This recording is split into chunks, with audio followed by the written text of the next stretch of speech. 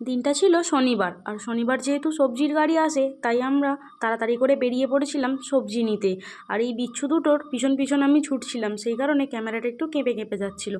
দেখছিলাম কত ভিড় ওখানে, আর এই বিচ্ছু দুটো কী করবে খুঁজেই পাচ্ছিল না। আমি বললাম 2 টাকা দেখাও, তো ও তো 3 টাকাই দেখাচ্ছিল। তারপর পরে ঠিক করে তিন টাকা থেকে 2 টাকা দেখালো। তারপরে তো এরা দুজন স্টান্ট করতেই বিজি ছিল সাইকেল নিয়ে। এত বেশি বদমাশি করে এরা, চিন্তার বাইরে। তারপর আমাকে এসে বলছিল যে আন্টি হামকো ভি খেলনা হ্যাঁ। তো তারপরে আমি গিয়েছিলাম একটু মন্দিরের কাছে।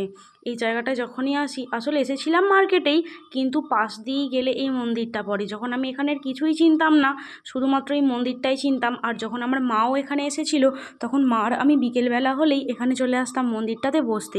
এটাও একটা শিব মন্দির, আর সাথে বজরংবলী আছে।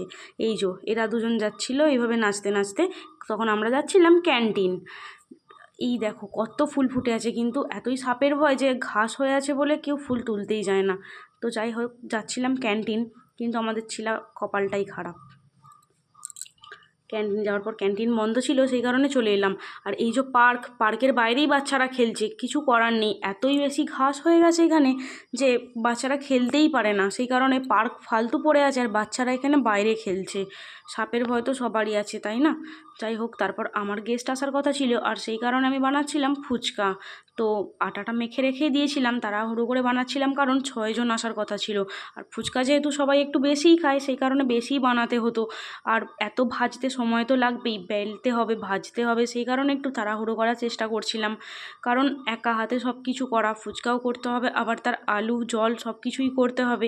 তাই আমি আগে ফুচকাগুলোই করে নিচ্ছিলাম, কারণ ফুচকাগুলো একটু রোদে রাখলে ভালো হতো, যেহেতু আমার কাছে সেই সময়টাই ছিল না, মানে সন্ধে হতেই চললো।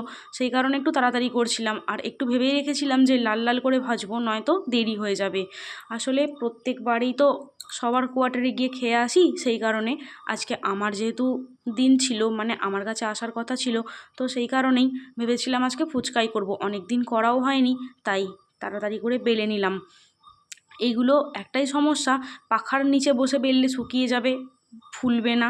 আবার হচ্ছে অনেকক্ষণ ধরে যদি বেলে রেখেও দেওয়া হয় তাহলেও ঠিকঠাকভাবে হয় না।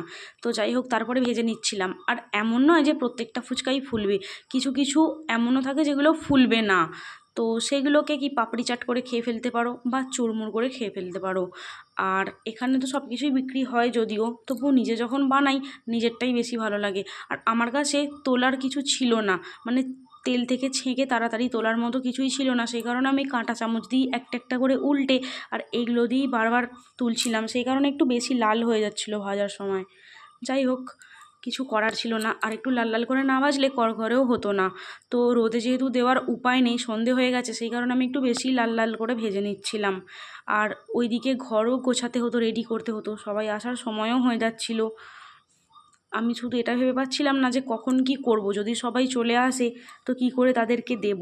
আর তারা কোনো দিন আসেনি, মানে আজকে যারা আসার কথা ছিল 6 জন, তারা আগে কখনো আসেনি, আজকেই প্রথম আসছে। যেহেতু গেস্ট আসছে সেহেতু ঘরগুলো তো একটু গোছাতেই হতো, তাই তাড়াহুড়ো করে ফুচকাটাই আগে ভেজে নিলাম। দেখা হচ্ছে পরের ভিডিওতে।